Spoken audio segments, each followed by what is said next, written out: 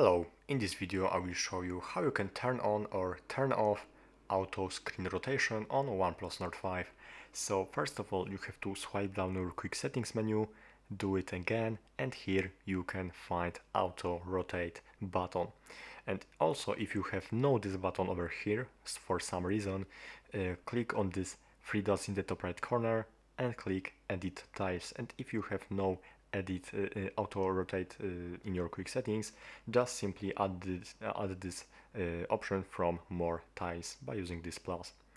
So now when you have auto rotate over here, just simply use it to rotate your screen. So now I have no screen rotation, so just simply enable it, and now I can rotate my screen, as you can see. So basically that's all. Thanks for watching and subscribe this channel.